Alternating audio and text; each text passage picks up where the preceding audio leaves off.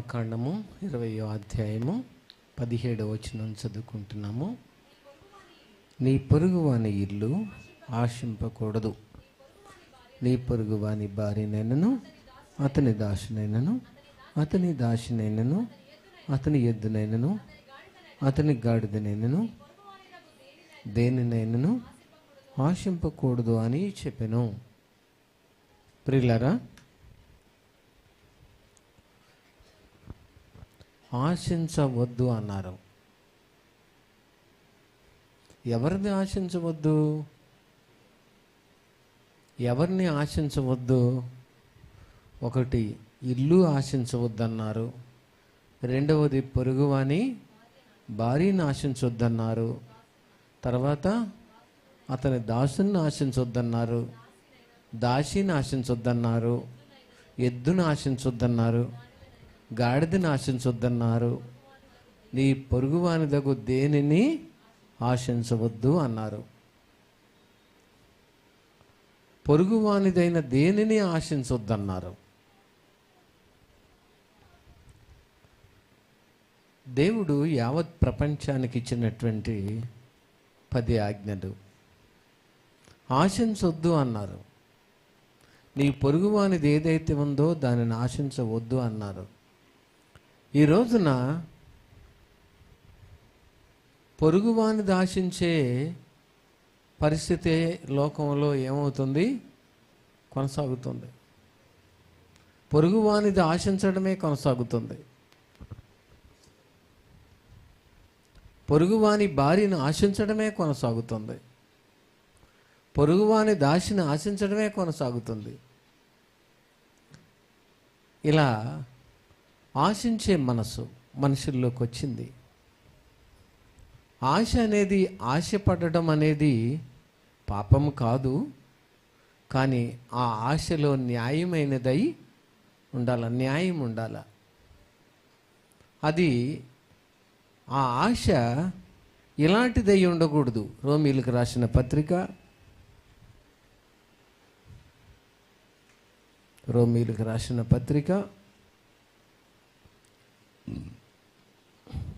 7వ అధ్యాయము 7వ వచనం. రోమీలకు రాసిన పత్రిక 7వ అధ్యాయము 7వ వచనం. కాబట్టి ఏమందము? ధర్మశాస్త్రము పాపమాయన అట్లనరాదు. పోవును. ఆశింపవద్దని ధర్మశాస్త్రము చెప్పని ఎడల చాలు. ఇప్పుడు ఆశించడం అనే దాని గురించి, ఆశించవద్దు అని చెప్పింది మళ్ళీ మనిషి ఆశిస్తే వాక్యం ఏం చెబుతుందో దాన్ని దురాశ అని చెప్తుంది. నీ పొరుగువాని ఎద్దు, నీ పొరుగువాని గాడిద, నీ పొరుగువాని ఇల్లు, నీ పొరుగువాని దాసుడు ఆశించొద్దు అన్నారు. కానీ ఈరోజు ఈ పాపిష్టి మనసు ఏం చేస్తుందండి? ఆశిస్తూనే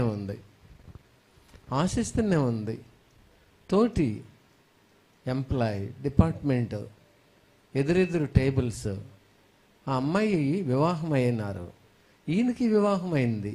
అయినా ఆమె నిమిత్తము ఏం చేస్తున్నారు? ఈయన ఆశపడుతున్నారు. ఆమె ఒకరోజు నాతో మాట్లాడుతూ, ఏమండి, అసలు నేను ఆఫీస్కి వెళ్ళాలంటే టెన్షన్ వస్తుంది, చాలా దుఃఖము. నా ఎదుటున్న టేబుల్ అతను నన్ను బహుగా ఏడిపిస్తున్నాడు, శోధిస్తున్నాడు. ఎందుకని? ఆశించి తాను ఏం చేస్తున్నాడో, ఎలా మారిపోతున్నాడో ఎవరికి తెలీదు. అసలు పడ్డాడు ఆయన. ఈయనకి భార్య లేదా? ఉన్నారు. ఈమెకు భర్త లేరా? ఉన్నారు. అయినా ఆమెను చూసి ఆశపడుతున్నారు. ఈ రోజున ఎంతమంది ఆశతోనే ఉన్నారు? పొరుగువానిది ఆశించే, పొరుగువాని శరీరాన్ని ఆశించే భార్య భర్తలు అంటే ఏక శరీరం అని వాక్యం చెప్పింది. ఏక శరీరం అంటే పురుషుడికి వేరుగా స్త్రీ లేరు, స్త్రీకి వేరుగా పురుషుడు లేరు, ఇద్దరు ఏక శరీరం. ఇప్పుడు ఆ పురుషుని యొక్క భార్యను ఆశిస్తే ఏం చేసినట్టు? ఆ ఏక శరీరాన్ని ఏం చేశారు వీళ్ళు? ఆశపడ్డారు. ఆశపడ్డారు. ఈ రోజున ఎంతమంది ఇదే ఆశతో ఉన్నారు? భార్య ఉండి ఆశపడేవారు, పొరుగువాని భార్యను ఆశించేవారు. భర్త ఉండి పొరుగు స్త్రీ యొక్క భర్తను ఆశించేవారు. ఈ భూమి మీద సంఘాల్లో ఉన్నారు, సమాజంలో ఉన్నారు, డిపార్ట్మెంట్లో ఉన్నారు, అనేక విధాలుగా ఆశపడుతున్నారు. కాబట్టి మన ఆశ అది దురాశతో కూడిందా? మన ఆశలో న్యాయం ఉందా? మన ఆశల్లో అది అన్యాయం ఉందా? మన ఆశ అనేది దానికి ఒక క్రమం ఉందా? లేదు. ఎన్నో విషయాల్లో మనిషి ఆశపడి తొట్టిల్లిపోతున్నాడు. ఎంతోమంది ఇదే ఆశకు గురైపోయారు. చర్చిలోకి వస్తున్న యవనస్తురాలను చూస్తాడు, ఆశపడతాడు. అసలు ఆమెను ఆశపడకూడదు. నువ్వు ఒక యవనస్తురాలు వస్తారు, ఒక అబ్బాయిని చూస్తారు, అప్పుడు ఏమొచ్చింది? ఆశపడుతూనే ఉన్నారు. నువ్వు చదువుకోవటానికి వెళ్ళావు, అక్కడ ఎవరినో చూస్తావు, వాళ్ళని ఆశపడుతున్నావు. ఆశను చంపుకోవలసి ఉండగా, ఆలోచనను చంపుకొనవలసి ఉండగా, కోరికను చంపుకొనవలసి ఉండగా ఆశపడి మనిషి పాపం చేస్తున్నాడు. ఆశ మనిషిని ఏం చేసింది? ప్రభావితం చేస్తుంది, తన బ్రతుకును మార్చేస్తుంది. ఆశపడడం. ఈ రోజున ఎంతమంది యవనస్తులు సడన్గా చనిపోతున్నారు? కారణం ఏంటి? ఆశ. ఏదో ఒక అబ్బాయిని ఆశించడం, లేక ఏదో ఒక అమ్మాయిని ఆశించడం, వాళ్ళు పట్టుకొని చంపేయటం. నేను చెప్తా ఉంటాను అనేక సార్లు. నా రూమ్మేట్, అతను డాక్టర్మెంట్ సివిల్ చదువుతూ ఉండేవాడు న్యూజివేడ్లో. నేను ఇంటర్ చదువుతున్నాను. సెకండ్ ఇయర్లో రూమ్ మారాడు. ఒక రోజున పెట్రోల్ బంకు పక్కనున్న high school, girls high school గోడ పక్కన నుంచుంటాం కనబడతా ఉన్నాడు. ఏంటో తెలీదు, నేను మాట్లాడలా, రూమ్ ఏరైపోయాం కాబట్టి. ఒక రోజున నేనుండే రూమ్ పక్కన అబ్బాయి అంటున్నారు, మీ రూమ్మేట్ చనిపోయాడంట, నీకు తెలుసా అన్నాడు. నిజమా? వాళ్ళ ఒక్కడే అబ్బాయి ఎలా చనిపోయినాడు?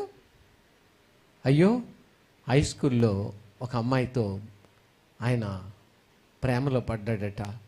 వాళ్ళ తల్లిదండ్రులు అబ్బాయిని పిలిచి మాట్లాడారట. మాది పరువు గల కుటుంబం, గౌరవం గల కుటుంబం, నువ్వు అలా వెంటాడొద్దు అని చెప్పినారట. అయినా వినలేదు. అయితే పలుమార్లు అతనికి ఆ విషయం విననందున ఎవరినో రౌడీలను సిద్ధం చేసి వాళ్ళు ప్రేమగా ముందు అతనితో ఫ్రెండ్షిప్ చేసుకుని జంక్షన్ సెకండ్స్ సినిమాకి తీసుకెళ్ళి చంపేసి రైలు పట్టాల మీద పడేశారట. వినబడిందా? ఆశ ఏం చేసింది? చేయి దింపొద్దు. ఆశ ఏం చేసింది? జీవితాన్నే.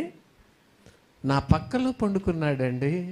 ఇద్దరం ఒక మంచమే, వైరు మంచం కొనిచ్చారు మా పేరెంట్స్ నాకు, కింద ఎందుకు పడుకుంటావులే అని. ఇద్దరం ఒకే మంచం మీద పండుకునేవాళ్ళం. నా పక్కలో పండుకునే వ్యక్తి వెళ్ళిపోయినాడు.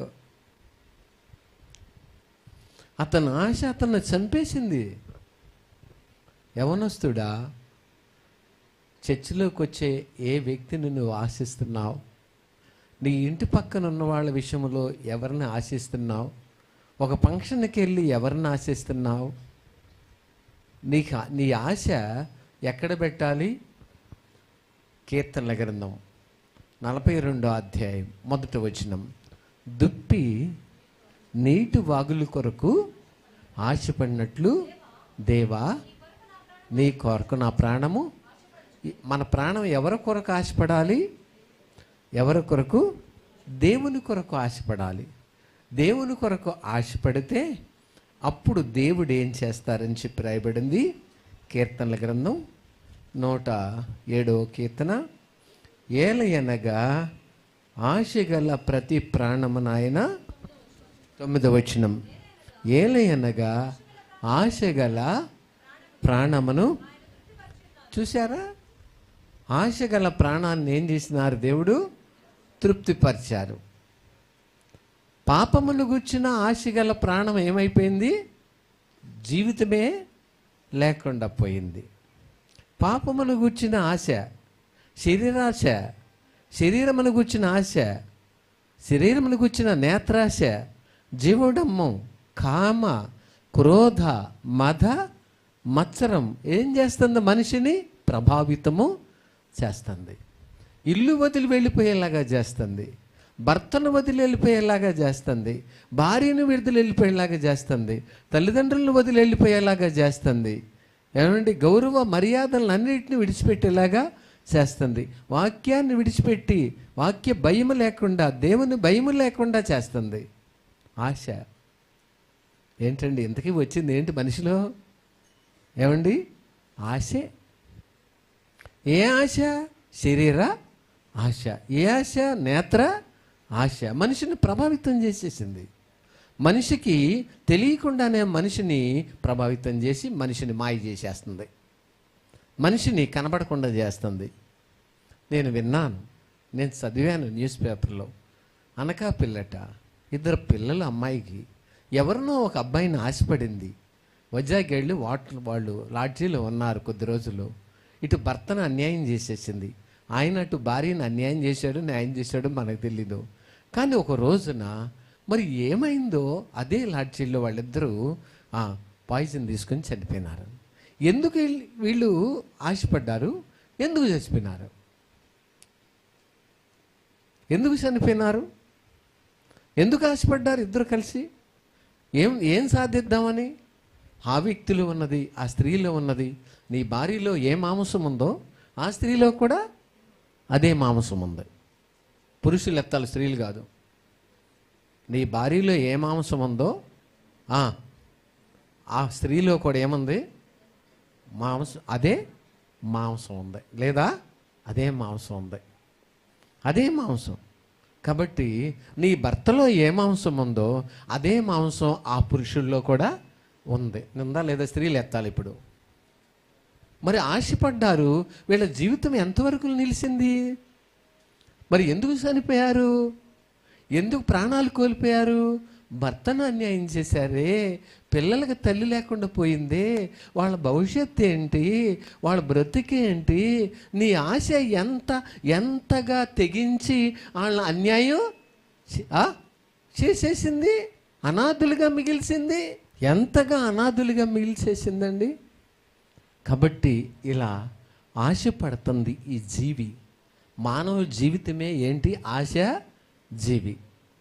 ఈరోజు నా ఇంజనీరింగ్ స్టూడెంట్స్, మెడికల్ స్టూడెంట్స్, ఇలా రకరకాల విద్యావంతులైన స్టూడెంట్స్ కాలేజీకి వెళ్ళడమే పాపం. ఇక ఏంటి?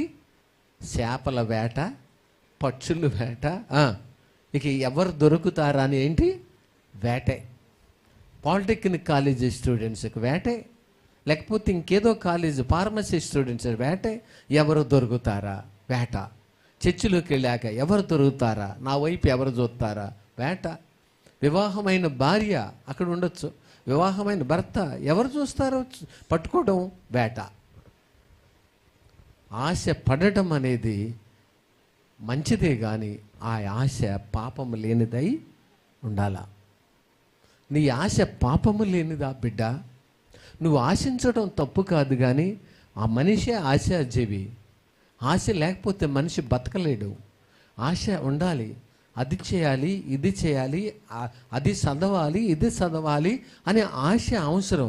కానీ ఆ ఆశ నీ లైఫ్ని మూటగట్టి బంగాళాఖాతంలో వేసేదై ఉండకూడదు. వినబడుతుందా? ఆయన దగ్గర డబ్బు ఉంది, నా భర్త దగ్గర డబ్బు లేదు, ఆశ రానే వచ్చింది. ఆయన దగ్గర అందం ఉంది, నా భర్త దగ్గర అందం లేదు, ఆశ రానే వచ్చింది. అప్పుడు నేను డ్రెస్ వేసుకుని ఆయనకి చూపించాలా? డ్రెస్ వేసుకుని ఎలాగా ఆయనకి ఎదుటి కళ్ళ ముందు 10 సార్లు అటు ఇటు డ్యాన్స్ చేయాలా, లేక డ్రామా వేయాలా? ఇది ఒక ఆశ. ఆయన ఎదుట నేను ఎలాగ ఏంటి? ఆయన ఏమవ్వాలని చూసి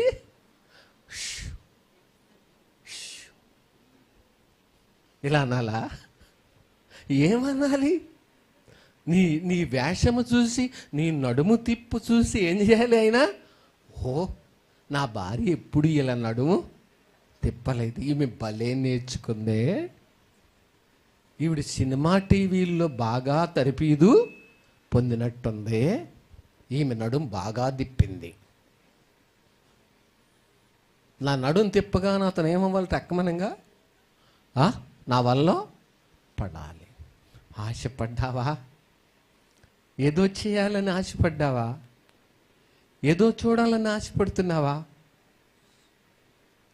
ఎవరికో నీ దేహమును అప్పగించుకోవాలని ఆశపడుతున్నావా? ఎవరి దేహమునో నువ్వు చూడాలని, నీ చేతుల్లోకి రావాలని ఆశపడుతున్నావా? దుప్పి నీటి వాగుల కొరకు ఆశపడినట్లు దేవా, నా ప్రాణం ఎవరి కోసం? దేవుని కోసం ఆశపడాలా? దేవుని వాక్యం కోసం ఆశపడాలా? దేవుని రాజ్యము కోసం ఆశపడాలా? దేవుని చిత్తము చేయడానికి ఆశపడాలా? దేవునిలో బ్రతకడానికి ఆశపడాలా? దేవుని సన్నిధికి రావడానికి ఆశపడాలా? దేవుని మాటలు వినటానికి ఆశపడాలా? అంతే తప్ప నువ్వు లేక మనం పొరుగువాని భార్యను ఆశింపకూడదని చెప్పినప్పుడు, పొరుగువాని పురుషుణ్ణి కూడా ఏం చేయకూడదు? ఆశింపకూడదని దాని పక్కనే ఉందిగా. పొరుగువాని ఇల్లు అంటే ఇల్లు యజమానుడు ఎవరు? పురుషుడే. ఆ పురుషుడిని ఆశించకూడదనేగా. ఈరోజున ఎంతమంది ఆశిస్తున్నారు? ఎంతమంది? ఒక సహోదరి నాకు కడప నుండి ఫోన్ చేసి ఆమె ఎంతో బాధపడుతున్నారు. ఎంత బాధ అంటే ఆమె టైలింగ్ చేస్తారు. ఎంత బాధపడ్డారంటే ఏ ఫోన్లో ఏడవటమేగా. సరే, ఎందుకమ్మా ఏడుస్తారన్నా ఆగేది లేదు. ఏంటంటే తన భర్త బ్యాంకులో క్లర్క్ చేస్తున్నారు. మంచి మనిషట, ఎంతో మంచివాడట.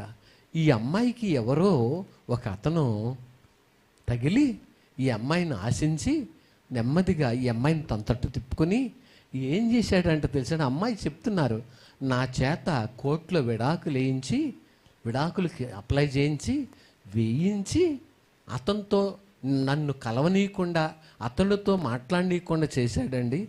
నా భర్త కొన్ని సంవత్సరాల పాటు నా విషయంలో ప్రయత్నము చేసి విసికి వేసారిపోయాడు. నా వేషం చూసి, నేను లోబడిన సంగతిని చూసి. కానీ ఇంకా ఇలా జరిగింది. విడాకులు వచ్చినాయండి. విడాకులు వచ్చిన తర్వాత అతను ఫోన్ స్విచ్ ఆఫ్ చేశాడని చెప్పారు. వినబడిందా? ఎందుకు ఏడ్చింది ఇప్పుడు నా దగ్గర? ఫోను విడాకులు వచ్చాక ఏం చేశాడు? ఫోన్ స్విచ్ ఆఫ్ చేశాడు. గొర్రె చచ్చిందా బతికిందా?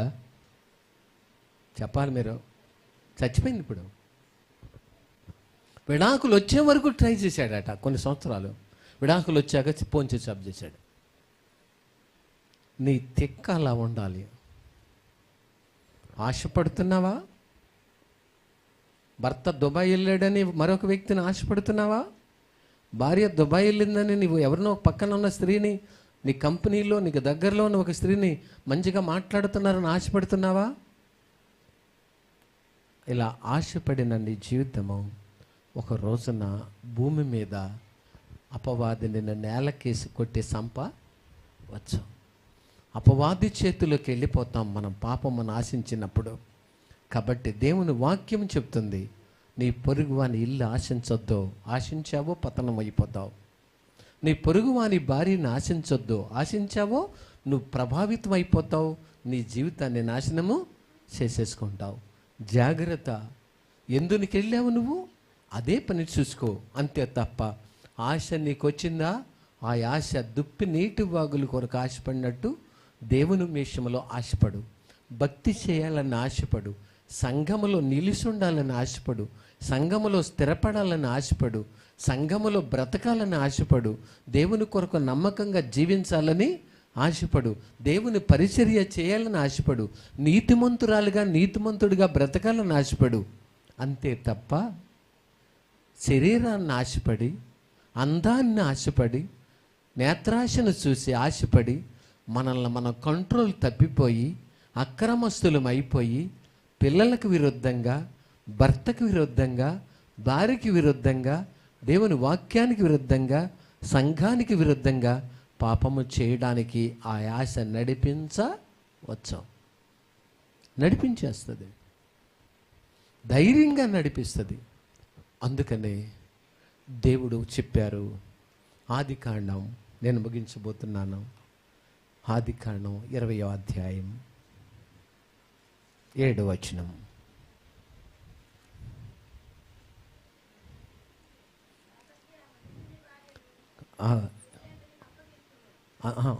ఆరో వచనం చదువుదామండి. అందుకు దేవుడు, అవును, యథార్థ హృదయముతో దీన్ని చేసితునని నేను ఎరుగుదును, మరియు నువ్వు నాకు విరోధంగా పాపం చేయకుండా. చూసారా ఏం చేశానట దేవుడు? ఈ పాపినైన నన్ను అనేకమైనటువంటి కార్యాలు చేయకుండా దేవుడు నన్ను అడ్డగించారని నేను నమ్ముతున్నాను. నిజం. అనేకమైనటువంటి కార్యాలు చేయకుండా ఈ పాపుల్లో ప్రధానినైన నన్ను అడ్డుకున్నారు.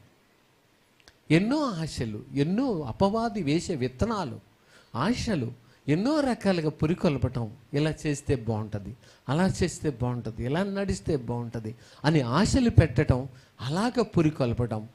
దేవుడు ఎన్నో ఆశల్లో అబీమెలెకును అడ్డగించినట్టుగా నా జీవము గల దేవుడు నన్ను కూడా ఏం చేశారు? చెప్పాలి, అడ్డగించారు. మిమ్మల్ని కూడా అడ్డగించి ఉన్నారు. పాపము చేయకుండా ఏం చేశారు? ఆశలు పుడుతూనే ఉంటాయి. అది చచ్చిపోయేది.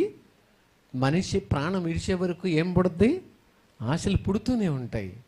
వర్షం పడినప్పుడు భూమి మొలకలు పుట్టినట్టు మన ఆశలు ఎప్పుడు పుడుతూనే ఉంటాయి. ఇవాళ చచ్చిపోయినాయి అని అనటానికి లేదు. ఆశలు ఎప్పుడు పుడతాయి. కానీ అది మంచిదైతే పర్వాలేదు, కానీ చెడ్డదైతే అది మనల్ని వశపరుచుకోవచ్చు, మనల్ని స్వాధీనపరుచుకుని పాపమునకు లోపరచవచ్చు, చెడుతనమునకు లోపరచవచ్చు, నీ జీవితాన్నే లేకుండా చేయవచ్చు.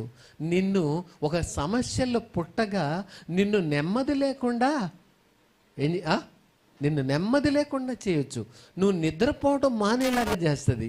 నిత్యము టెన్షన్, నిత్యము భయము, నిత్యము అదొక రకమైన పిరికితనము నిన్ను ఏలేలాగా చేస్తుంది. ఏంటి ఇంతకీ వచ్చింది? ఏంటి చెప్పాలి? ఏంటది? ఆశ. ఈ చిన్న ఆశను చంపుకుంటే జయము నీదే. ఎవరిది? చిన్న ఆశను చంపుకుంటే జయం ఎవరిది? నీదే, మనదే. చంపుకుందామా? ఉత్తిత్తికి చెయ్యెత్తావా? ఉట్టిట్టికి. ఇప్పుడు భర్త పొలం బాగా పండింది, చర్చిలో నిలబడి సాక్ష్యం చెప్తానని, నేను ఈ సంవత్సరం పొలం బాగా పండింది, 10 బస్తాలు దేవునికి ఇచ్చేస్తున్నాను అనగానే ఆ భార్య వెనక నుంచి చూసి కళ్ళు ఎర్రజేశారట. ఎర్రజేస్తే చెయ్యడ్డం పెట్టి అన్నాడంట. అంటే అది ఏంటి? ఉట్టిట్టికే. నేను ఎత్తాననుకున్నావా ఏంటి? ఉట్టిట్టికే. నువ్వు దేవుణ్ణి ఏం చేయలేవు, మోసము చేయలేవు. ఇది దేవునితో పని. ఒక బొమ్మల వైపు తిరిగిన వాళ్ళు మోసము చేయవచ్చు. అబ్బా లేక వాళ్ళకి ఇష్టమైన పరిస్థితులు ఉన్నవాళ్ళు వాటికి మోసం చేస్తే వాటికి ఏం తెలియకపోవచ్చు. కానీ జీవము గల దేవుడు, దహించి అగ్ని గల దేవుడు, ఆయన మనల్ని మనకు ఆ మాట రాకమునిపై ఆయనకి బాగా తెలుసు. ఆయన వదలరు. అందుకని ఆశని చంపుకుంటావా బిడ్డ? దొంగతనం చేయాలని ఆశ వచ్చిందా? పొరుగువారిని మోసం చేయాలని ఆశ వచ్చిందా? ఒక అబ్బాయిని వశపరచుకోవాలని ఆశ వచ్చిందా? ఒక అమ్మాయిని వశపరచుకోవాలని ఆశ వచ్చిందా? ఒక ఇంటిని దోసేసుకోవాలని ఆశ వచ్చిందా? ప్రజలను మోసం చేయాలని ఆశ వచ్చిందా? యుక్తిగా ప్రవర్తిస్తే బాగా మెచ్చుకుంటారని ఆశ వచ్చిందా? వేషధారిగా ఉంటే బాగుంటుందని ఆశ వచ్చిందా? పిల్లల్నేమో దూరంగా ఉంచి నువ్వు మాత్రమే భక్తి చేయాలని ఆశ వచ్చిందా? అది అపవాది యొక్క కుట్రని నువ్వేం చేయాలి? తెలుసుకో. కాబట్టి ఆశని చంపుకుంటావా? మంచి ఆశ అయితే చంపుకోకూడదు. నేను పాట పాడాలి, ఆశ మంచిదేగా. నేను పరిచర్య చేయాలి, ఆశ వచ్చింది, మంచిదేగా. ఒక మంచి సాక్ష్యం చెప్పాలి, ఆశ వచ్చింది, మంచిదేగా. నా పిల్లలు మేమందరం దేవుని సందులో స్థిరపడి బ్రతకాలి, మంచిదేగా. ఆ ఆశ వచ్చింది. దేవుని కోసం నమ్మకంగా బ్రతకాలి, అది మంచిదేగా. కానీ ఆ ఆశ దేవుడును ఆ ఆశ గల వాళ్ళని దేవుడు దీవిస్తారు. కానీ దురాశ ఉన్నదే, యుక్తి గల ఆశ ఉన్నదే, శరీరాశ ఉన్నదే, ఆ ఆశతో హెల్ప్ చేయడం, ఆ ఆశతో కొంతమంది ఇళ్ళకి పోవడం, ఆ ఆశతో కొంతమందిని పరిచయము చేసుకోవడం, ముందు మంచిగా ఉన్నట్టు నటించడం, తర్వాత వాళ్ళని వశపరుచుకోవడం, తర్వాత వాళ్ళని బళ్ళు మీద పెట్టి తిప్పుకోవడం. నీ జీవితము ఏం చేయాలనుకున్నావు?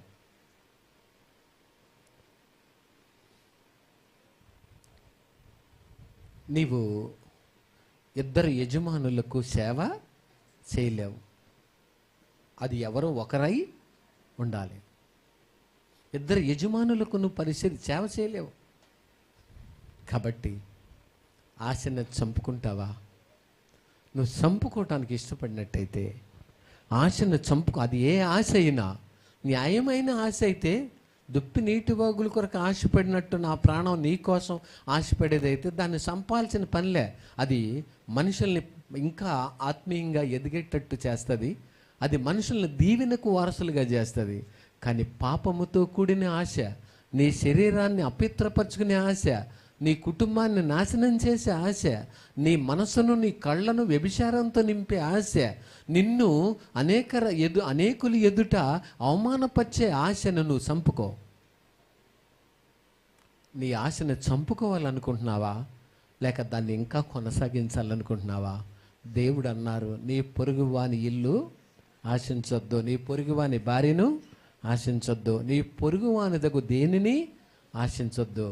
ఇప్పటి వరకు మీలో ఎంతమంది ఆశించారు చెప్పండి? నేనైతే అపవాది వేసిన అనేక బాణాలతో నేను ఆశించిన వ్యక్తిని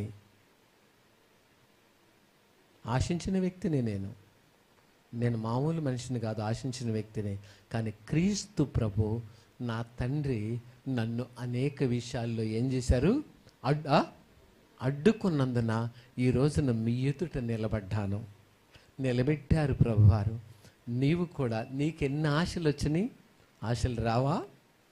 మనిషిగా ఉన్న మనందరికి ఏమొస్తాయి? ఆశలు వస్తాయి. కానీ ఆ ఆశల్లో దేవుడు ఏం చేస్తున్నారు? మనల్ని అడ్డుకుంటున్నారు. నువ్వు ఆశను చంపుకుంటావు బిడ్డ. నీ ఆశ ఏమైనది? నీ ఆశ న్యాయమైనదా? నీ ఆశలో న్యాయం ఉన్నదా? నీ ఆశలో అన్యాయం ఉన్నదా? అక్రమం ఉన్నదా? పాపం ఉన్నదా? మోసం ఉన్నదా? యుక్తి ఉన్నదా? వేషధారణ ఉన్నదా? అయితే అట్టిది ఉంటే చంపేసుకో. నేను చంపేసుకుంటాను అట్టి ఆశను అన్నవారు లేచి నిలబడండి. ప్రార్థన చేసుకుందాం ఒక క్షణము. ప్రభా, నాలో ఆశ ఉన్నది. నా భర్త కాకుండా వేరొక పురుషుడికి నాకు కావాలనే ఆశ ఉంది. నా భార్య కాకుండా వేరొక స్త్రీ కావాలనే ఆశ నాకుంది. చర్చికి వస్తున్న ఒక యవనస్తురాలు కావాలనే ఆశ నాకుంది. చర్చికి వస్తున్న ఒక యవనస్తుడు కావాలనే ఆశ నాకుంది. ఆ అమ్మాయి అయితే బాగుందనే ఆశ నాకుంది. వాళ్ళు కొంచెం ధనవంతుల్లా కనపడుతున్నారు, వాళ్ళని పట్టుకుంటే బాగుంటుందనే ఆశ నాకుంది. ఇలాంటి సాతాను తలంపులు, పాపపు ఆశలు నాలో పుడుతూనే ఉన్నాయి. ప్రభా, మీరు నాతో మాట్లాడారు కదా, మీ చేయి చూపించి ప్రార్థన చేసుకుంటావు బిడ్డ. నీ ఆశను చంపుకుంటావా, బ్రతికిస్తావా?